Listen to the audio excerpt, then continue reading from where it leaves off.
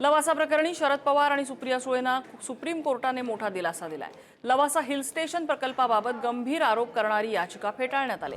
FIR नोंदवून चौकशी करण्याची मागणी करणारी याचिका अमान्य करण्यात आली। याचिकेत हस्तक्षेप करायला अजिबात इच्छुक नसल्याचं कोर्टाने स्पष्टीकरण दिलंय।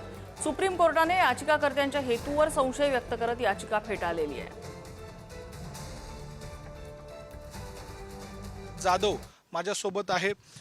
सर्वोच्च न्यायालयानं आपली जी याचिका आहे ती फेटाळलेली आहे। यापूर्वी उच्च न्यायालयामध्ये सुद्धा ती फेटाळण्यात आलेली होती। त्यावेळेला तुम्ही सर्वोच्च न्यायालयाकडनं तुम्हाला या सगळ्या दरम्यान दिलासा मिळेल अशा स्वरूपाचं वक्तव्य केलेलं होतं। आजच्या दिवशी हा निर्णय येतोय, तुम्ही याच्याकडे कसं पाहता? खरं म्हणजे आजचा सर्वोच्च न्यायालयाचा जो निकाल आहे तो दुर्दैवीच म्हणावा लागेल। लवासा हा एक खाजगी प्रोजेक्ट आहे। खाजगी रिअल इस्टेट प्रोजेक्ट असताना त्याला मोठ्या प्रमाणामध्ये 100% स्टॅम्प एक्झम्पशन देण्याची काहीच कायद्यामध्ये कुठलीही तरतूद नाही आहे, ती यांनी दिली।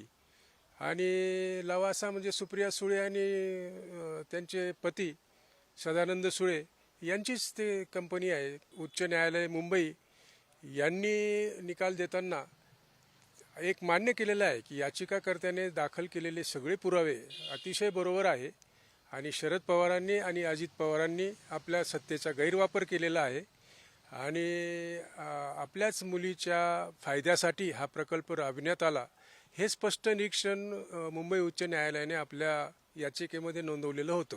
निकाल चुकीचा आहे असं आमचं म्हणणं आहे।